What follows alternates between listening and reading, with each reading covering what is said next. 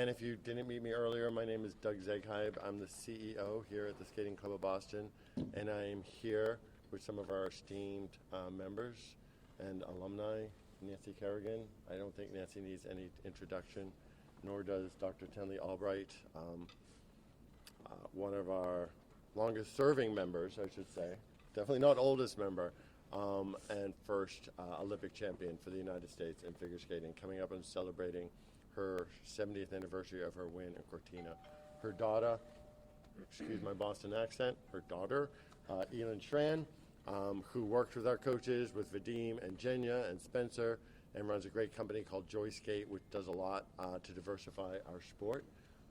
And Paul George, a longtime club member, national champion in the sport, and president emeritus of the U.S. Figure Skating Foundation. Any questions we can answer for you? Did you know the coaches personally throughout your career, and could you reflect on the loss, their style? Well, first of all, we came here because we needed to be together.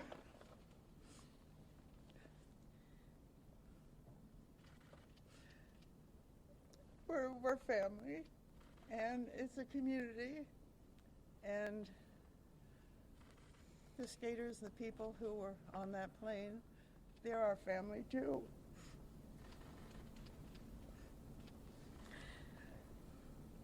And our community means so much to us. We're also here to encourage the skaters who have been aiming to reach the World Championships. It's important for them to know we're all together. I certainly don't have any answers. I really can't believe that it happened, because I picture them right here. The coaches always stood at that entrance. The skaters just flew all over the ice, doing remarkable things, inspiring all of us. And it's to us, it's just terrible, and it's sad, and we just feel we need to be together, and that's why you see so many hugs today.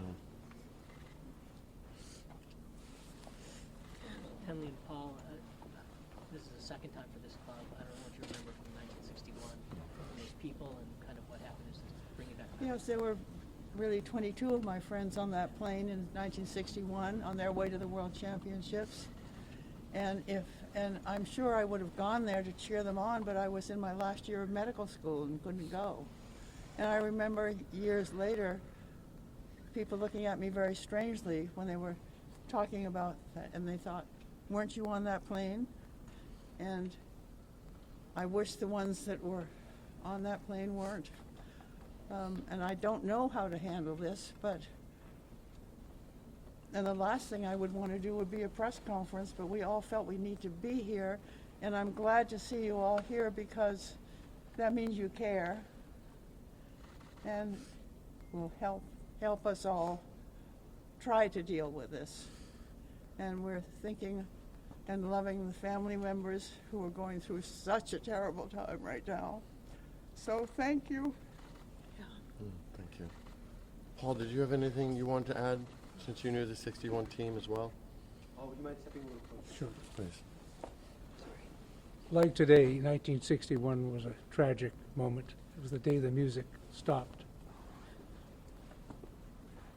Very much like this. I think it made us more resolute, though, as we moved forward as skaters, young skaters. I was 19 at the time. It took time, but we came back, I think, stronger, better. This is a club of excellence. It has been for over 100 years. We have produced countless talented skaters. You have some right here in Nancy, in Tenley, and Elin. I think we will continue to do it. We, of course, today think of the families, think of the athletes, and that's as it should be. What can we learn about the crash? It was a very vivid reminder of 1961. My wife tapped me on the shoulder at 6:30 and told me, much as my father had done 64 years ago, at about the same time of day. Very vivid memories come back. As Tinley said, we lost a whole group of friends. We all grew up together. We skated together, trained together, even went to parties occasionally together. So how do you process such a similar tragedy happening to people you care about in similar circumstances? Well, I think as with anyone who has losses, we first of all think and pray and hope for them and for their families. And then there'll come a time when the music will again be on, and we will push forward, be more resolute, be more determined. How does the club come back from this now? I think we grieve, as we all are doing. I think a number of you have expressed similar feelings to us today. We will honor the athletes, honor the families. But I think we also will encourage people to come back and get back on the ice, get about their lives, be more focused if ever. We will survive. Sir, can you tell us if these families have been a part of the club for a long time since their children were small?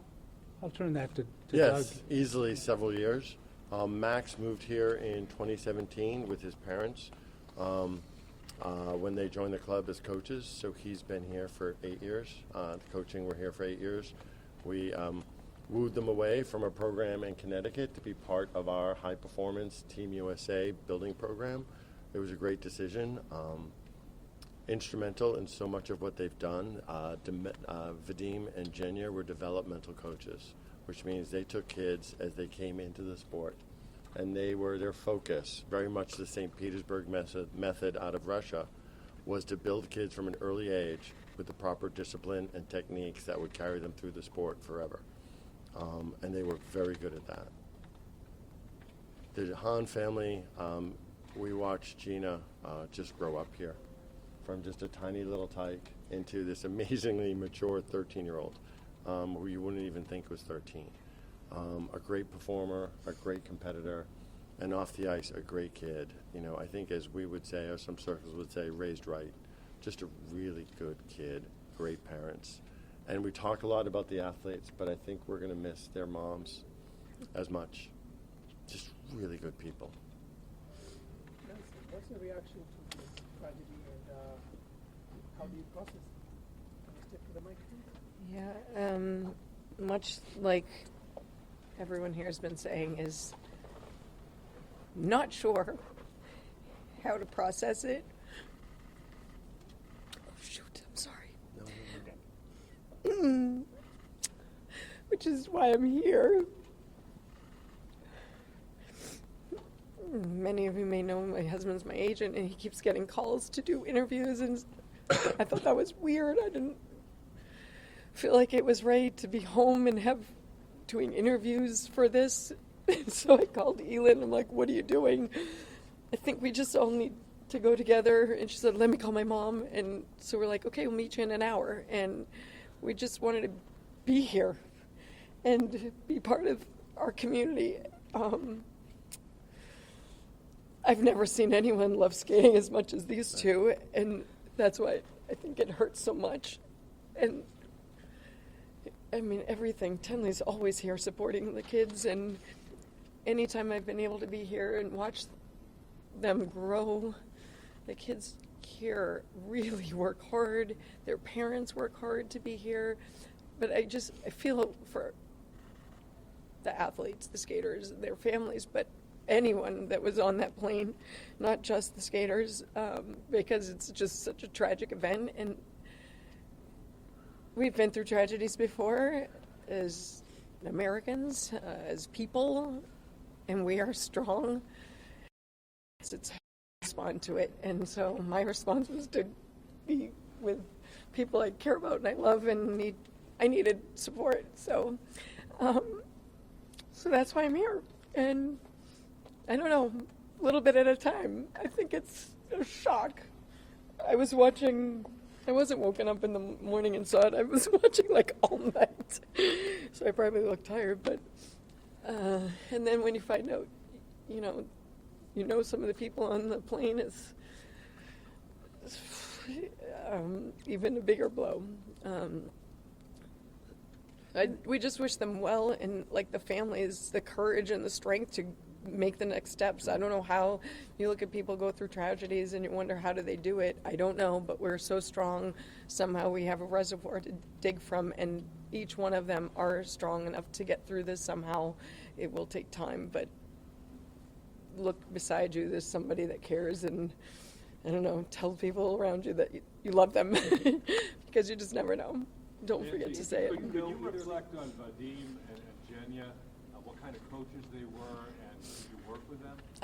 I never worked with them. I mean, we were at the Olympics together, but '94 I was kind of busy myself and sort of separated from a lot of what was going on. But I mean, I've seen them a lot of times here and there over the years, but everything you've heard of them, like maybe being a little tough, but with a smile on their face, and like anytime I walked in, oh hi, it's so good to see you. It's like always welcoming and happy to see one another, and like so just to walk in here and not see that is, I think, would be very strange for everybody that comes here, especially those that are here day in and day out, and it's going to be hard. And I always feel like, what am I doing? I don't come to the skating club all the time, but it was the only place I thought I should be right now.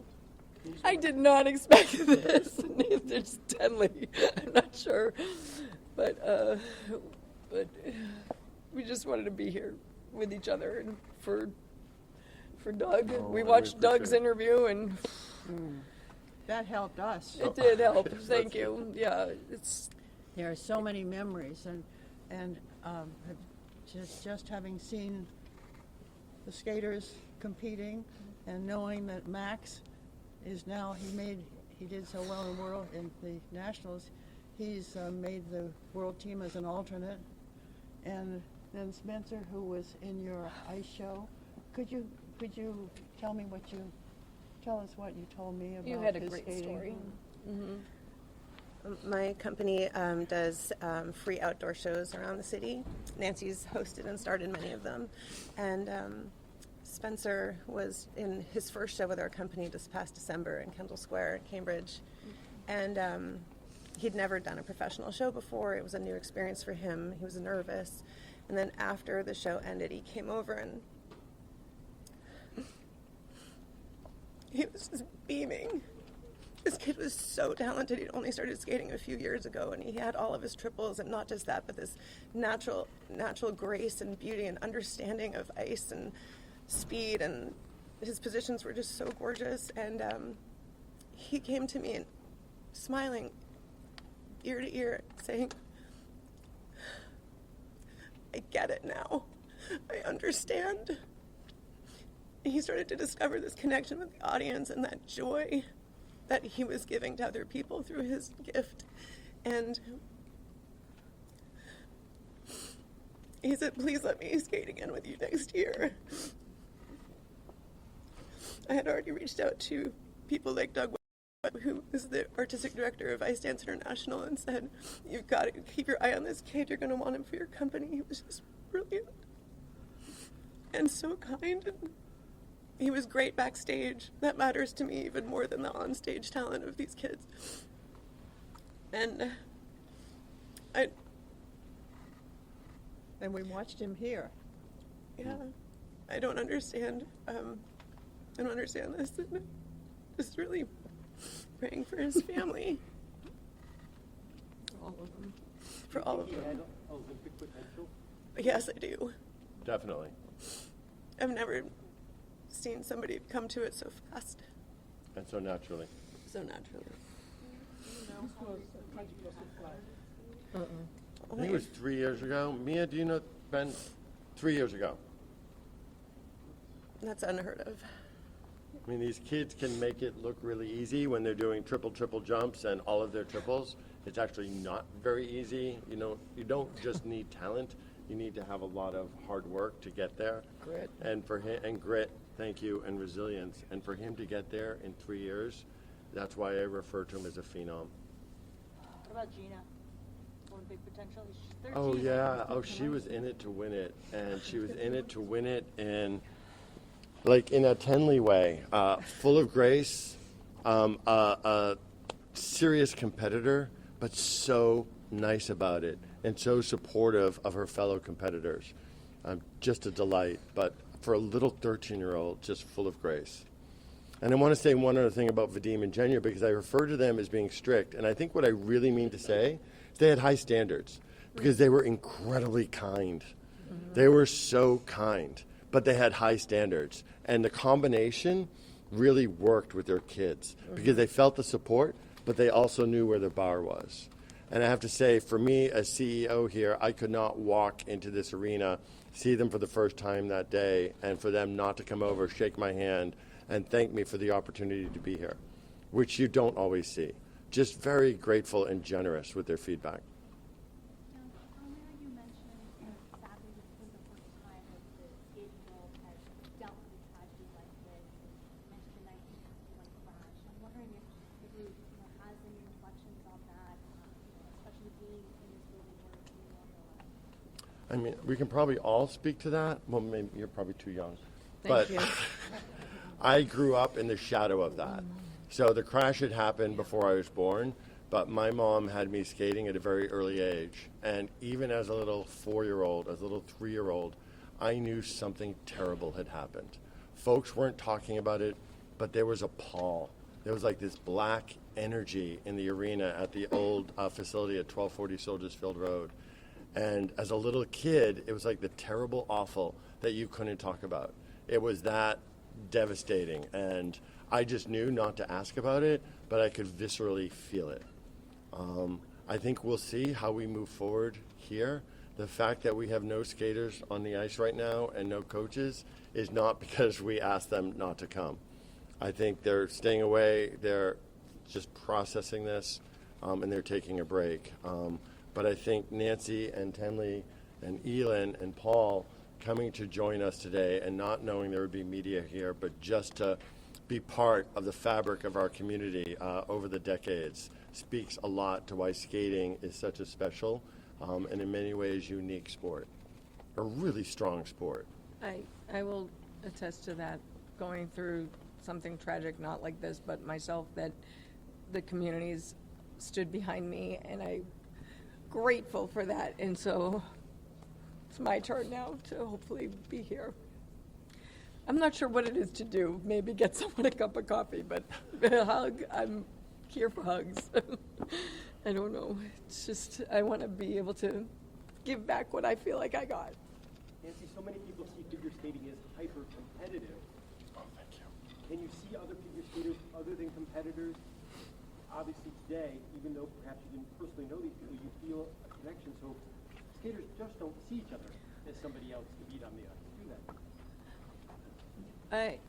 But I think there's like a camaraderie. We spend a lot of time focused on yourself or your team if you're a para dance, but you're in the cold, not so much here, but a lot, hour after hour. So there is like this, you don't have to know everybody to feel that connection. We've been through the same thing, that training, that rigorous schedule of falling over and over and somehow picking yourself back up, which is like the main lesson I think learned in skating is you get back up.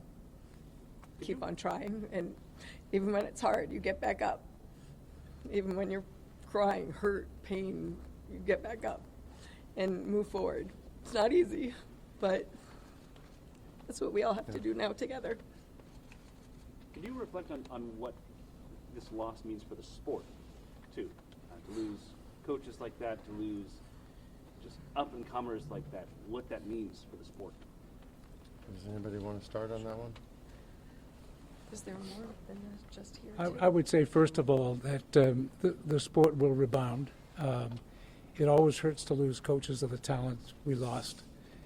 In 1961, the same thing happened. We lost some very, very outstanding coaches, but coaches came up and worked harder.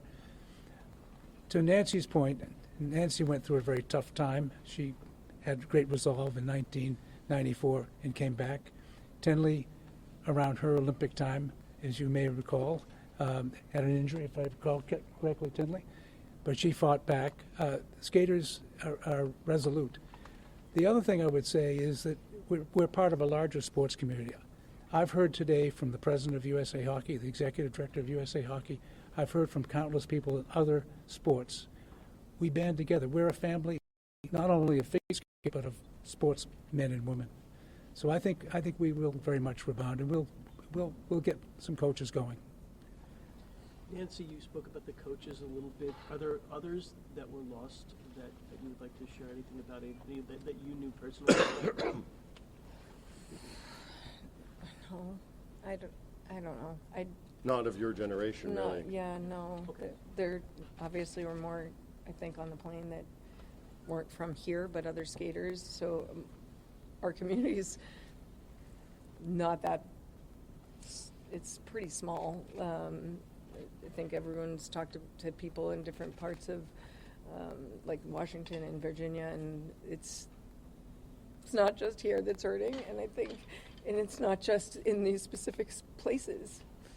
Every rink that has skating has some, I'm sure, some feeling towards this. It's tragic. But I can't I don't know. I can't think. Other questions? This was a tragic loss of life, and you mentioned the community is pretty small. So how would you explain the depth of loss in this instance? We're feeling it.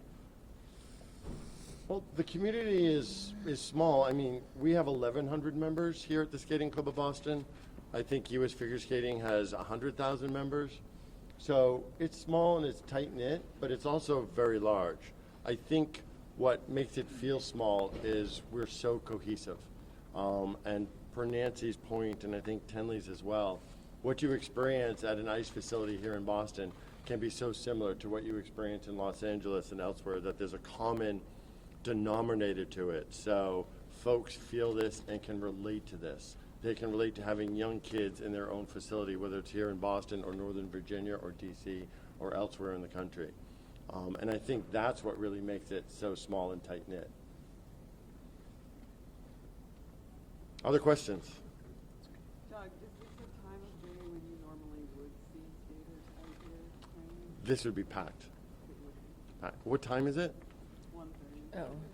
Oh, In an hour, it would be packed. but there would be kids here. But we would still have kids Always. here. We'd have Team USA kids here that have already, they're past high school. They can train at any time of day. Those coaches would be here.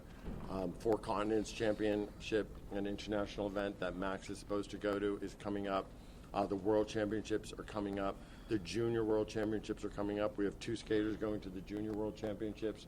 We have the current and just very recently minted U.S. pair champions who train here and are members here, who are going to the World Championships at TD Garden at the end of March. So there would normally be a lot of training here. Folks have taken a break. Misha and Elisa are with Max. They're training mates. They're friends. And all friends with the Hans and the Lanes, too. So, yes, this would normally be crowded. When do you plan to see people back out on the ice? I don't know. I think when they're comfortable coming back on the ice. And what is your message to your community of 1,100 members? You said, what is it that you told the families and the members? I was just working on a communication with them right before coming out here, that it's tragic, that we all feel it. We can't explain it. We're in this together. We always support each other together. It's part of the fabric of who we are, both at the Skating Club of Boston and in our skating community. Offer them opportunities to come in and grieve together, both tomorrow, actually this evening and tomorrow. And so we'll put that out there and see how our members respond. I can tell they're feeling things. I think I mentioned earlier, I just can't get to all the texts and emails that I've been getting.